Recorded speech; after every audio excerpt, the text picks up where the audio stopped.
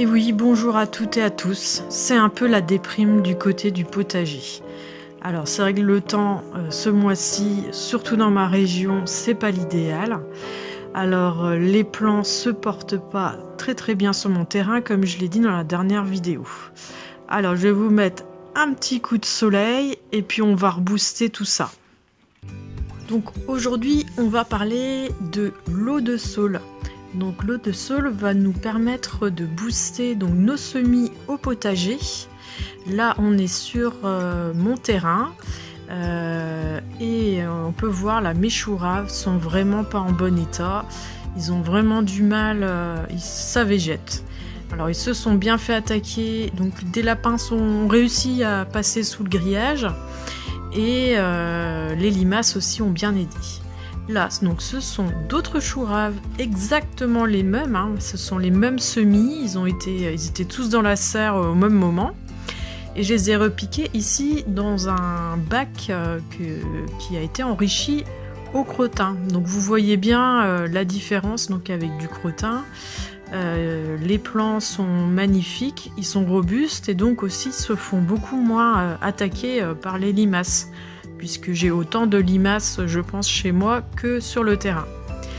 Ici, c'est un autre bac que j'ai enrichi ici de compost.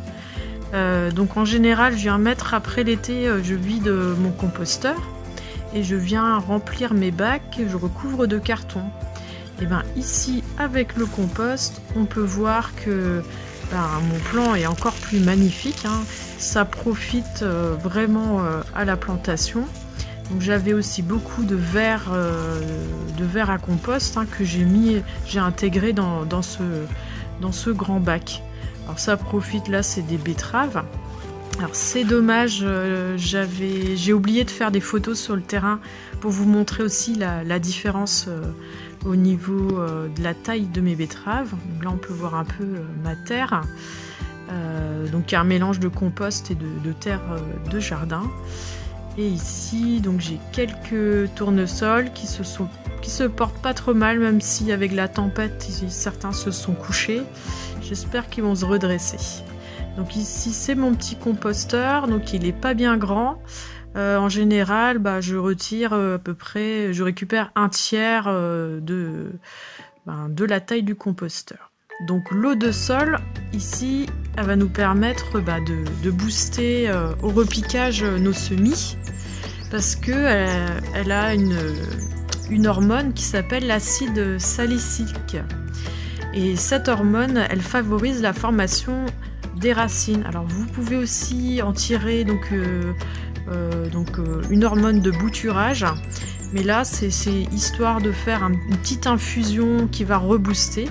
Je parlerai peut-être un autre jour de la méthode pour obtenir un gel,